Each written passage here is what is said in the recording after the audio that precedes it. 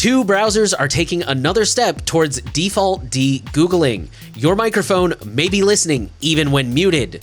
Google is being forced to change their cookie banner and much more. Welcome to Surveillance Report 85, where we are dedicated to keeping you private and secure with the latest news from the last week. This is a big week. We have a large number of stories, and we also have an important PSA that we want to share. So you can skip around with the timestamps, but the PSA we would prefer if you listen to, because, again, kind of important there. I am Nathan from The New Oil. And I'm Henry from TechLore. This week, we want to, again, remind you that the best ways to support us are Patreon and Monero. And the last few weeks, we've been harping on the Patreon. We want to get that started. But we also want to remind you guys that Monero is still a great option. Monero is basically digital cash. Monero is as close to digital anonymity as you can get. And you should definitely be looking into that if you're into cryptocurrency at all. And we do accept Monero as donations. But like I said, if you're not a cryptocurrency fan, we do still have Patreon, which one of the perks is a Q&A, and we will be answering some of those questions at the end of this episode, so be sure to stick around for that.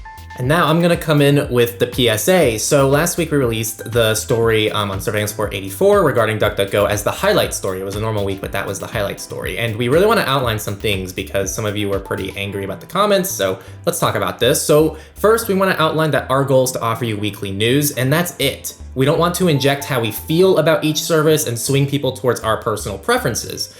That's just not our goal. We want you to have news. It's called the Surveillance Report and not the Sensational Surveillance Podcast. This is also why when we cover Facebook and Google and all of these extreme companies that we don't really like, we still do our best to strictly cover the story and to move on, even for these companies that we don't like. So we still hold our tongue on pretty much every story for the sake of trying to be as neutral as possible. Occasionally we'll add this personal commentary. Sometimes we'll talk about stories and how it impacts us, or we might tie it to something else to kind of tell a broader story if we find it relevant. But even then, we try to be neutral with stories, and we actually cut a lot of the discussions and commentary out before we publish these. So we have a lot more commentary during the recordings, but they don't make it to the final thing. Now, we're not perfect. I'm not saying we're perfectly neutral, but we're just saying that's our goal, and we feel that we're trying to stick to it very well. Finally, this doesn't necessarily represent our individual channels. Nathan has The New Oil and I have TechLore, and sometimes we do actually talk about our personal takes on things, but here on Surveillance Report on this channel, we try to be neutral. So just to recap, last week our report on DuckDuckGo was very neutrally covered about their new browser on macOS, and a good vocal number of you were angry at us for not resurfacing their censorship story from literally over a month ago. We wanted to break down a few things. First, again, we want to cover this neutrally. We told people what we know, then we added the commentary that we currently just can't figure out what threat models or use case that browser attempts to target itself towards. So we didn't even recommend the browser, we didn't hate on it, we just covered the story.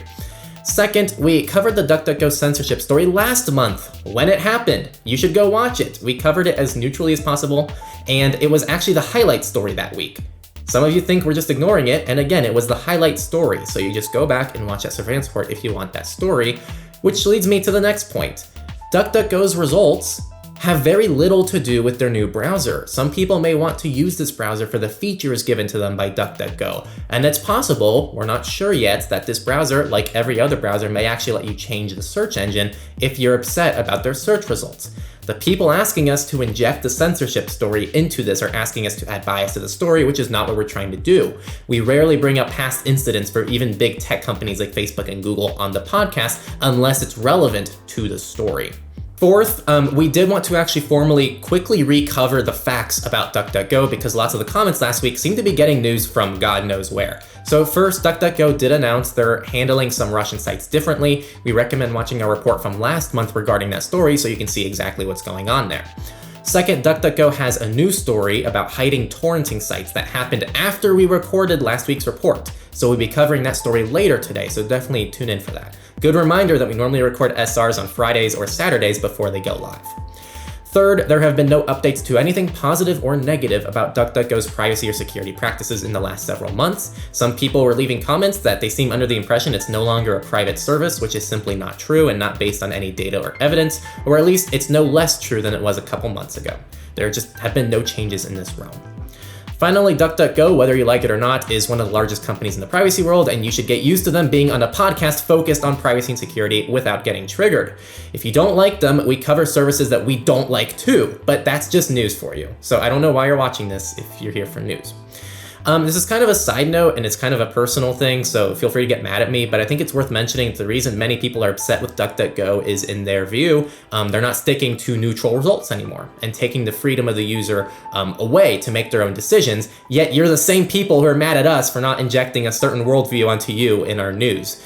You just can't have your cake and eat it too, so our goal is to be neutral, and this puts us in the boat of people constantly getting angry at us for not picking the side that they think is the correct side and just confirming their confirmation bias, which we almost never do because, again, our goal is neutrality.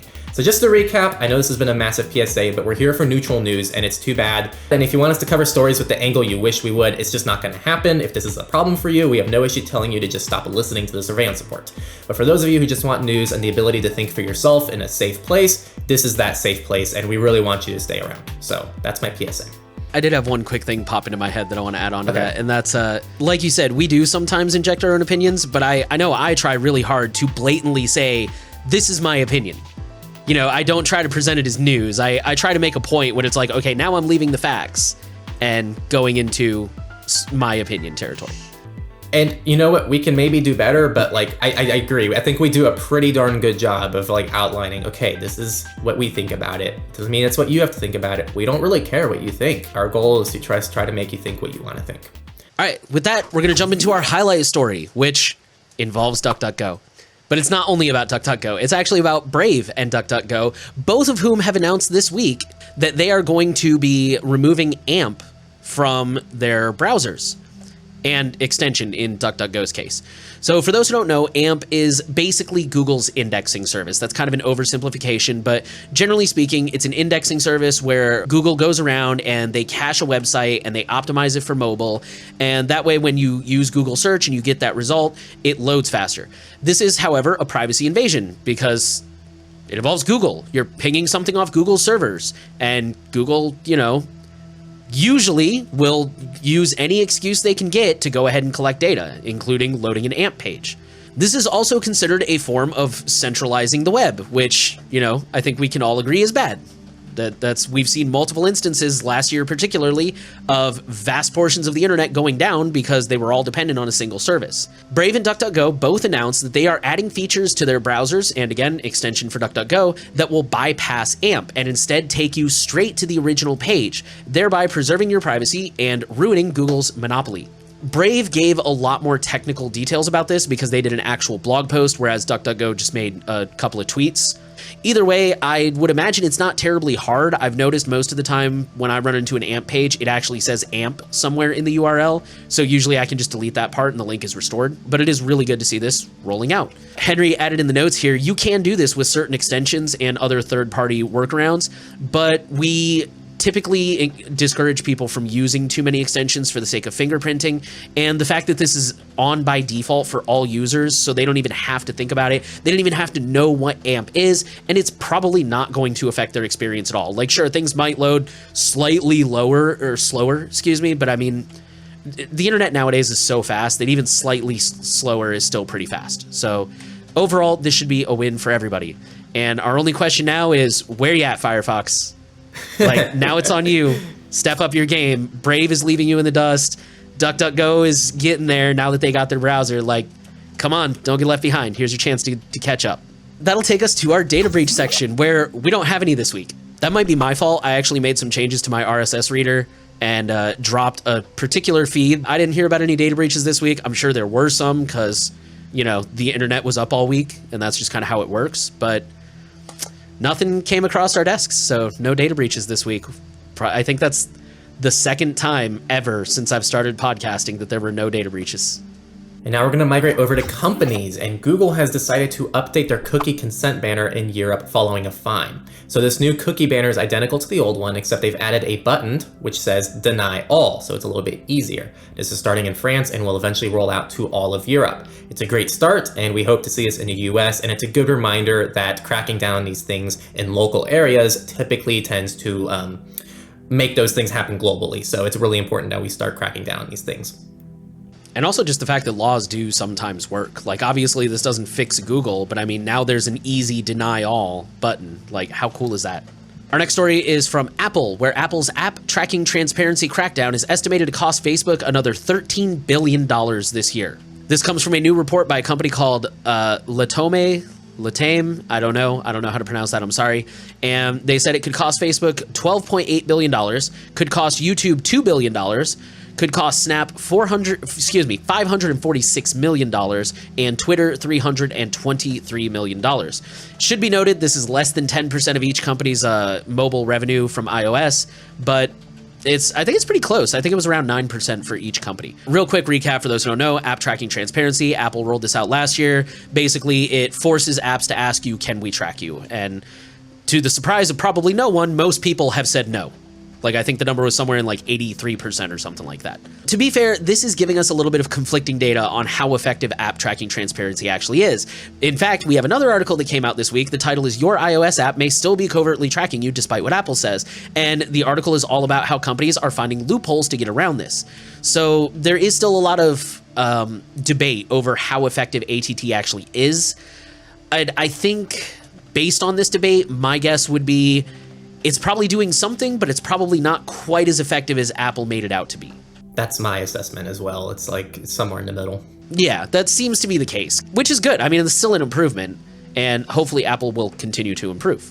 Unfortunately, on the topic of Apple, we now get to a story that says Apple to roll out child safety feature that scans messages for nudity to UK iPhones. This has already been rolled out in the US, if I remember correctly. Now, this is an important note. This is not the iCloud scanning thing that we talked about last year. There was this thing last year where Apple said anything you upload to the cloud will be automatically scanned specifically for child sexual abuse material. And there was a real big backlash about privacy, and a whole bunch of people rushed to show that that can be easily fooled and tricked and cause false positives. So Apple was kind of like, all right, we're going to pause that one. This is something totally different. This one only scans messages. It only does so if your device is marked as a child account, and only if you opt in, and it is on device only. I don't have any complaints with that, honestly. It's just a feature. It's an opt-in feature. Okay, let me get to that in a second.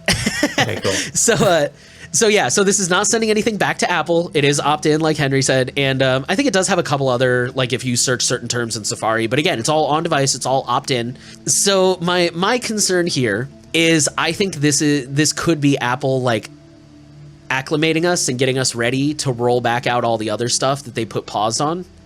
Which, granted, that's kind of a little bit of speculation. We don't know for sure that, well, I mean, they did say they were going to pause that. They didn't say they were going to stop it entirely. But I don't know. To me, it just feels very much like Shoshana Zuboff talks about that in her book about surveillance capitalism, where, like, whenever they get pushback, they never actually stop. They just kind of pull back and, like, okay, let's try a different route. And that's kind of my only concern is, like, I agree with you. If this is where it stopped, like, okay, fine, it's opt-in, it stays on device, whatever. But I worry that this is just, like, dipping the toes in the water to, like, see, it's not so bad. What else can we do? And, yeah. No, I do agree with you. I didn't think about that, and that's a really good point. And now we'll just go along with my question was intentionally done to prompt you. Oh. Yes, I meant to do that all along. Up next, Brave. In Brave Search has added discussions to enrich its search results. I actually stumbled on this accidentally, and I just saw the tweet like 10 minutes later. So Brave has not included search results from forums like Reddit or Stack Exchange, but with this new update, Brave Search now includes these results under a section clearly marked under discussions. It sounds like both of us like it. Sometimes we want forum results and sometimes we don't, and this gives us the flexibility, so it's cool. Up next, another DuckDuckGo story. DuckDuckGo insists it didn't purge piracy sites from search results. So last week, DuckDuckGo apparently removed search results from torrent sites like the Pirate Bay, F-Movies, and even YouTube DL. YouTube DL is like an open source tool that you can use to download YouTube videos and some other cool things. They blamed this on Bing because, again, DuckDuckGo is a meta search engine and they pretty much just get Bing results, and noted that you can still find the sites by searching for them by name or URL. Which Nate also said, well, if you know the URL, why are you using a search engine in the first place? They also cited this is an issue with the site operator function where you can search a site's content by typing site, search term, example, site thepiratebay.org, Spider-Man, so you can just immediately search thepiratebay.org, Spider-Man, all within DuckDuckGo. Really, I think what people really misunderstand about DuckDuckGo is very carefully crafting like what they can blame Bing on and what they want to take ownership of. At the end of the day, DuckDuckGo is completely reliant on Bing results as of today. And that's like one of my personal biggest issues with DuckDuckGo. Again, this is my personal issue with them. And this is one of the stories that demonstrates why this is a problem. If Bing decides to omit something, DuckDuckGo is kind of going to be on their whim as well. And we've actually had several stories come out the last year that demonstrate this problem. So I think that's something you have to be aware of when you're using meta search engines in general. Our final story involves a few VPNs, and we're going to keep this quick. So Surfshark Turbo VPN, Viper VPN, and something called Atlas VPN, I haven't heard of these except Viper and Surfshark, are installing risky root certificates. So there was some research done by a firm called Apisteme that found the providers are installing a Trusted Root Certificate Authority, or a CA cert, on users' devices, and some providers are failing to obtain users' consent for doing so. Surfshark has fixed the problem, and Atlas VPN has not fixed it, as they don't think it's a likely issue to impact users as long as they safeguard their own keys. But the main issue here actually seems to revolve around the IK-EV2 protocol. And so I think Surfshark might just be fixing this by just dropping the protocol altogether and just using OpenVPN and WireGuard. So just a good reminder that a lot of these VPN companies, you do have to trust them with your privacy and security, and it's probably good to stick with providers who are prioritizing that. With that, we will move into our research section. We've got some interesting stories this week. The first one, the headline says, "You're muted, or are you? Video conferencing apps may listen even when the mic is off." So this comes from researchers Qasim Fawaz and Yucheng Yang, and I probably screwed those up, I'm sorry. And they are, well, the first guy is an electrical and computer engineering associate professor, and the other one is a grad student out of the University of Wisconsin in Madison. They investigated this after Fawaz's brother noticed that the mic on indicator was still on his device, even while he was muted during a video conference. So he kind of hit up his brother. He's like, "Hey, what's going on here?" To quote the article, "It turns out in the vast majority of cases, when you mute yourself, these apps do not give up access to the microphone, and that's a problem. When you're muted, people don't expect these apps to collect data. They found that all of the apps they tested occasionally gather raw audio data while mute is activated, with one popular app gathering information and delivering data to its server at the same rate regardless of whether the microphone is muted or not," unquote. The researchers were able to use machine learning to identify background noises like cooking, typing, and cleaning. So yeah, there's a lot of data that could be gathered by this, or gathered from this by the companies in question, and it's very, very concerning. I don't want to sound too paranoid. I like to just assume that my mic is on all the time. Like, I really like Michael Basil's recommendation to get like microphone blockers and things. As a lot of you guys can probably see here, I have a physical microphone connected to a USB interface. I physically unplug that when we're done recording, just in case, because my computer defaults to that as the microphone. So just beware. I guess that's what we should go with here. Just be aware that even when you hit the mute button, data may still be collected. Maybe the other person can't hear you, but the company might be able to. And that's unfortunately very deceptive and unsettling. Our next research story is a really quick one. It comes from the EFF. They called it Mobile Man in the Middle, Intercepting Your Android App Traffic on the Go. So basically, EFF, they wanted to snoop on some Android apps and kind of figure out what they were doing and get more information about what kind of stuff they were sending home. And they decided, we don't want to do this in a lab setting because there may be stuff that we miss. You know, there may be other stuff that happens throughout the day when you're walking around and we won't be able to see it. So they home cooked their own portable man in the middle machine so that they could see what Android apps actually do in the wild. And it's really cool. They walk you through step by step. As usual, a lot of it went over my head. I've never had a need to make anything like this, but it's really interesting to read about. And if you feel like you could find a purpose for something like this, like to audit your Android apps, then go ahead and check it out because it's really interesting research. So I just realized that Nate got the negative research this week and I got the positive research this week. So this week, researchers broke a world record for quantum encrypted communications. Researchers in Beijing have set a new quantum secure direct communication world record of 102.2 kilometers, smashing the previous mark of 18 kilometers. These transmission speeds were extremely slow at 0.54 bits per second, but it's still good enough for text message and phone call encryption over a distance of 30 kilometers. The work could eventually lead to hack-proof communication, which I don't like that term since anything can be hacked, but more hack-proof communication, as any eavesdropping attempt on a quantum line can be instantly detected. Nate wrote this note and I totally agree with it. A lot of times we panic about quantum computing and worry that it's going to completely demolish encryption and everything's going to be done and the world's going to end. But it's really important to remember that it also helps us create newer and better security as well. It's not just a one-way street. The world's not going to end. We're probably going to figure this out and everything's probably going to be fine. Not to just make you super comfortable, but it's probably going to be fine. And the second one, Nate covered about microphone spying. Well, we have a little fun story. So real-time voice concealment algorithm blocks microphone spying. So this is from Columbia University. It works predictively by inferring what you will say next, then creating the appropriate audio interference. For now, this only works with English and has an 80% success rate. The noise volume is low to minimize user disturbance. And while this is cool and interesting, it also raises questions about the AI that's used and how that can be itself compromised as a form of surveillance, possibly. We don't know how to protect against that, if at all. And I think this is just a good reminder that most technologies we see on this podcast and just in the world in general can be used for good and bad equally. All right, with that, we're going to move into our politics section, and I'm just going to let you guys know I'm probably going to get on a soapbox for a little bit in this first story. I felt myself getting heated while I was writing my notes. So the first story, the headline says, American phone tracking firm demoed surveillance powers by spying on CIA and NSA. I'm going to quote the article. To prove that the technology worked, Clark pointed A6's powers inward, A6 is the firm, spying on the National Security Agency and CIA using their own cell phones against them. Now, this is the part where I want to get on a soapbox real quick. If the government didn't like this and didn't want to use this power for itself, they would have thrown these people in prison faster than you can blink. They would have called this treason. They would have called this spying on the US government. But because it happens to serve their purposes, they were like, oh, wow, that's really cool. We want to use this. The hypocrisy is just astounding. And the fact that they're just okay with this, like what happens when they decide that they can make more money by selling this same technology to our enemies? What happens when they turn around and go to China and be like, oh yeah, we tracked the NSA and the CIA one time. So anyways, okay, getting off my soapbox, that really got under my skin. The firm claims that it can track roughly 3 billion devices in real time, which is about a fifth of the world's population. This is a really long article, so I'm just picking out specific quotes here to kind of hit some major points, but you guys should really make time to read this because it's extremely worth the read.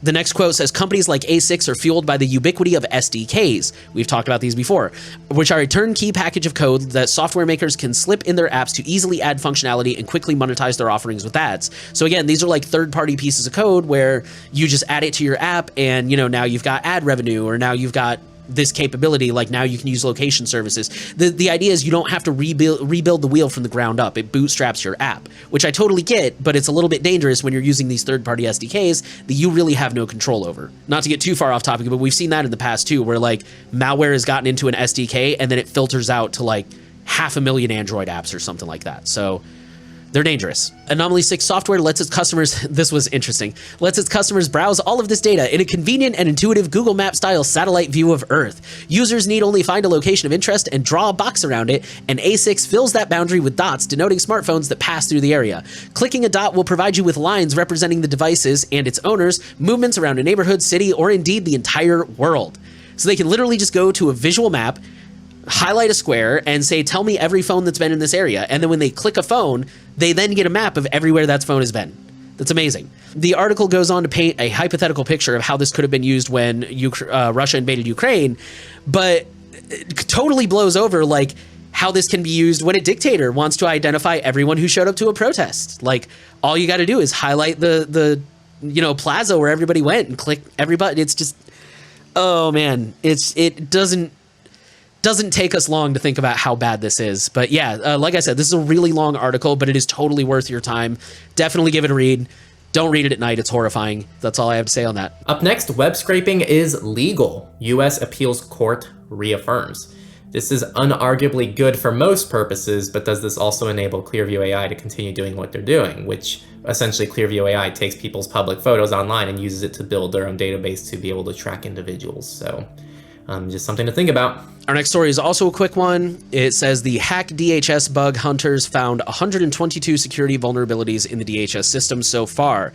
This is an update to an old story we covered very briefly, but I wanted to share it because I wanted to point out that this kind of stuff is good and it's helpful and more companies should do it. That's 122 security flaws that are now fixed in Homeland Security systems. And up next, Virginia police routinely use secret GPS pings to track people's cell phones. So this article tells a story of how police tracked a man after his friend died of a heroin overdose because they thought he might be able to shed insight into where the friend got his heroin. The man was never labeled as a person of interest or charged with a crime, though they did get a warrant to track him.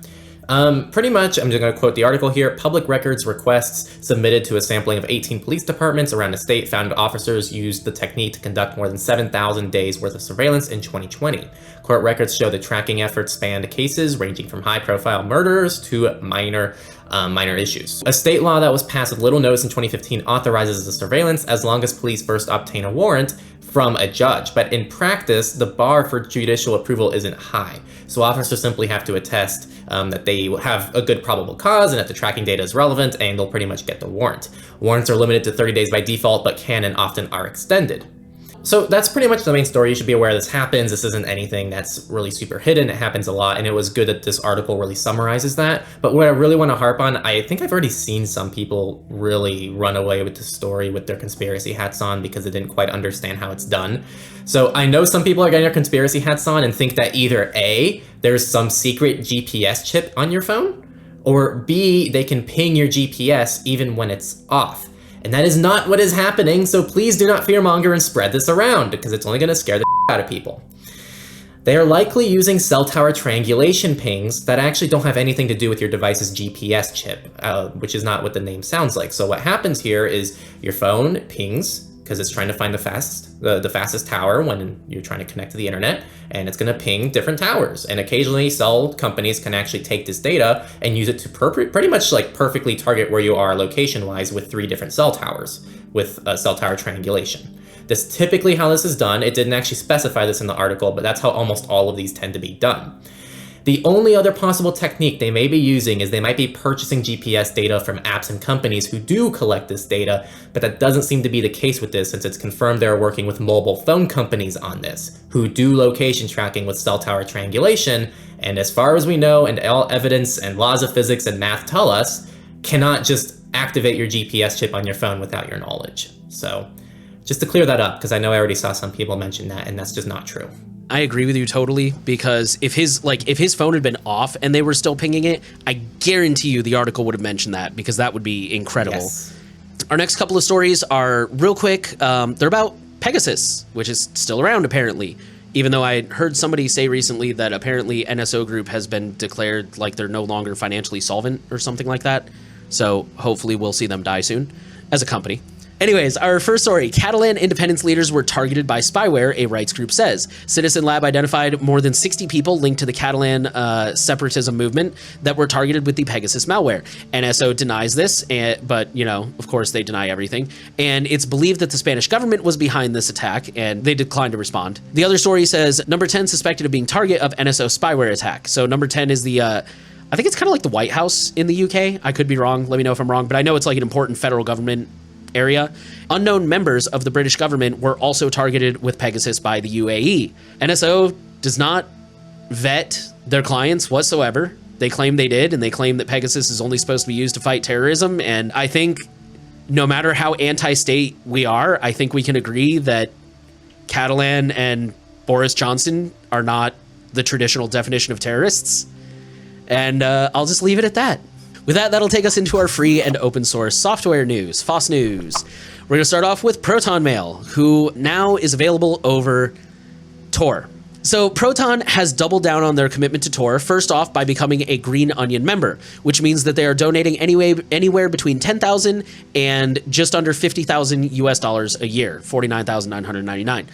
More importantly, they have made all of their services available over Tor, like Mail, Calendar, and Drive. You can access them all from the proton.onion domain. Now, here's the real exciting thing that we've all been waiting on. Sign up over Tor no longer redirects to ClearNet, which is amazing. However, at the time of this week, I went out and tested this myself. CAPTCHA verification was disabled.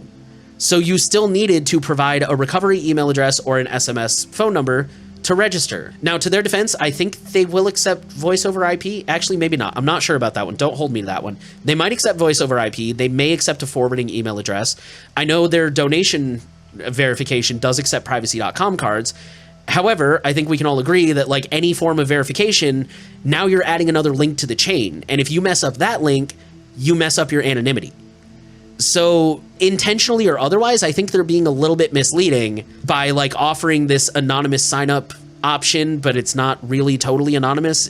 I don't know, it's a little tricky. If any members of the Proton team happen to be watching this, we applaud this move. It's a good step in the right direction, but I think we're both in agreement that you need to do more. You need to fix this. We totally understand that you're trying to combat fraud, and especially being like the biggest encrypted email provider, you attract a lot of fraudsters. But you know, if you're really trying to protect people's anonymity and their human rights on the internet, you can't have it both ways. You need to find another way to fight fraud, and this is not it. Our next story comes from Proton VPN, who now allows port forwarding, that's pretty much all there is to it. It's currently only available on Windows. It is available on all paid plans. They say this can be used for peer-to-peer, but they already have peer-to-peer servers, so I'm not sure what they mean by that. They also say it can speed up gaming. I don't do enough online gaming to know how. The one thing I do know is I do a lot of hosting from home, and port forwarding is very essential to that. So maybe now this is an option for people who want to use Proton VPN, but also want to self-host at home, and now you can use that to do so. So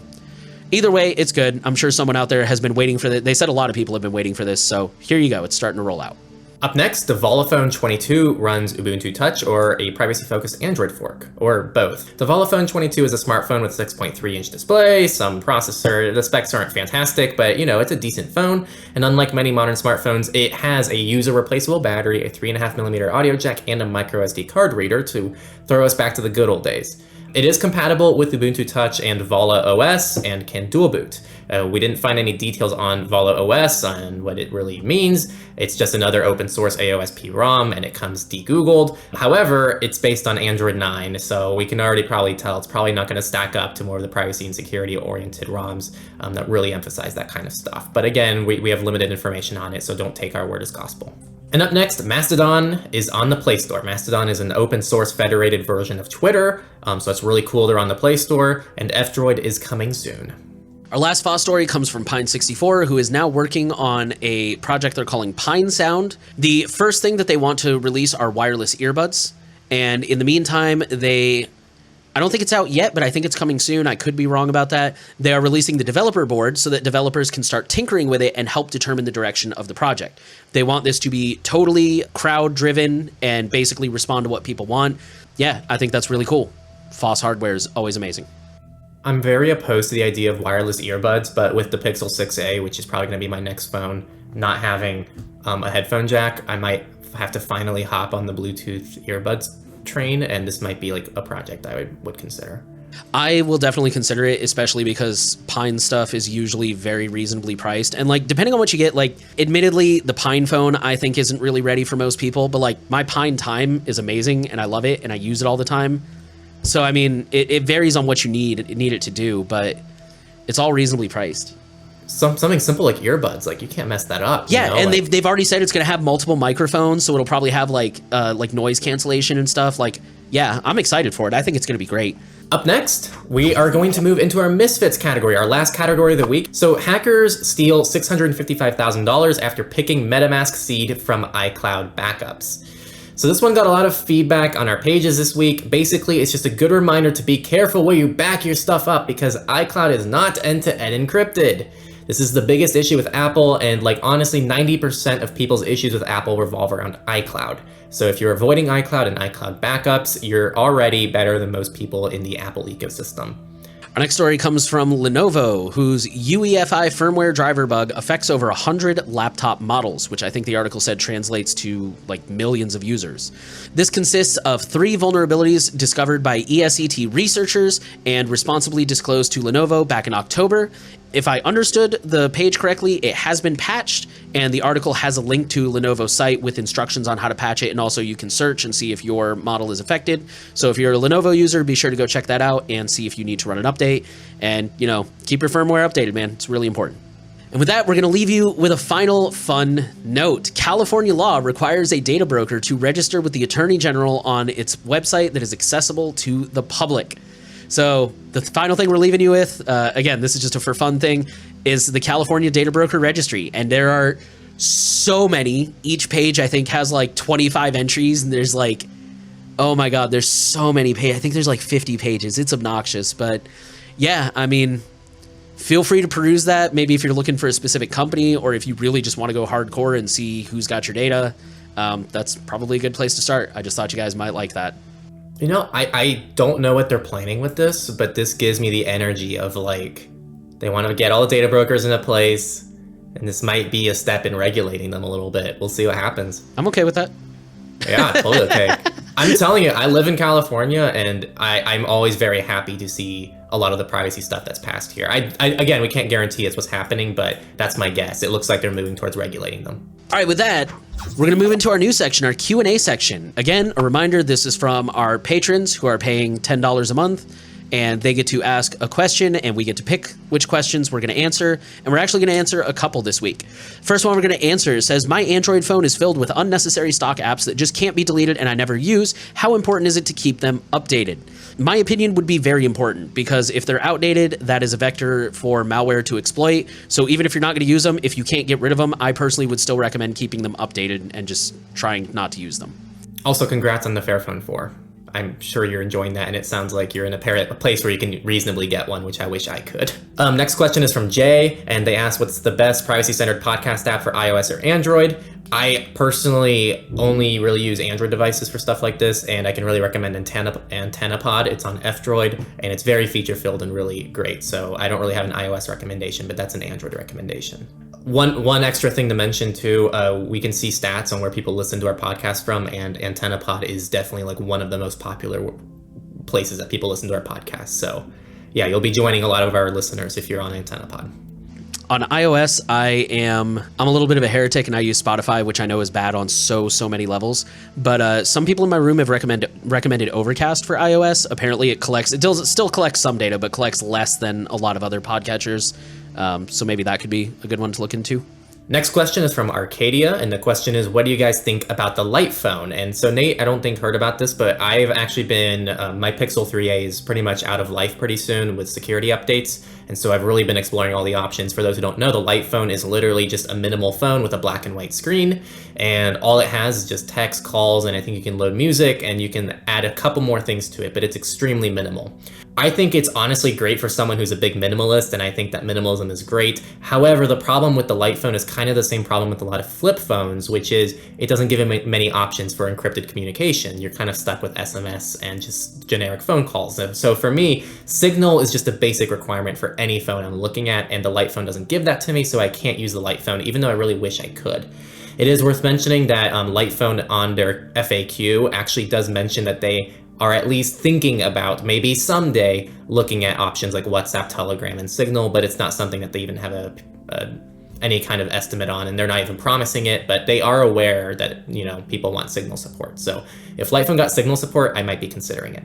And our final question this week, we're actually not going to answer, but several people asked us about our personal setups. First off, that is something we are willing to do, like a longer thing for Patreon subscribers only if you guys want. But secondly, just to let you guys know, that's kind of a longer thing that would take longer to explain, and we're trying to keep these questions quick and short. So yeah, just to let you guys know, in the future, questions like the ones that have been asked are more likely to get answered on here. But also, if you're a patron and you want us to talk about our personal setups, I think we're willing to do that to an extent, and if more people express interest. And that was all the news for this report. Yeah, we got Brave and DuckDuckGo are both taking steps to make de-Googling easy, even for people who don't know they're de-Googling, which is awesome. Beware of your microphone, it may be listening and submitting data. Google is being forced to change their cookie banner, which is amazing. We got all kinds of stuff going on this week that we'll keep you updated about. The app tracking transparency stuff. We got research that we'll keep you updated on. Political stories as always. There's just always a lot going on that we will do our best to keep you guys updated with. Our reminder, the best way to support us is Monero. It's totally anonymous. It's digital cash. But, you know, again, some people aren't really into the cryptocurrency thing, in which case we do have Patreon, where we are only 2 subscribers away from our first goal. So, again, if you're not a cryptocurrency fan, feel free to check that out. But if you are a cryptocurrency fan, we accept Monero, and we totally stand by and recommend it. We want to thank you for listening to the Surveillance Report. We are happy to know that you are trying to stay safe out there. Final thing we want to ask of you, share the podcast around. Send it to all your friends and family. If there's a story that they might be interested in this week, go ahead and let them know. Make sure that you are subscribed. Give us a rating if you're on a platform where that is an option. We are trying to reach as many people as possible, and you can help us do that. Every interaction lets the algorithms know that people like this content and recommends it to other people. So thank you guys again for listening, and we will see you next week.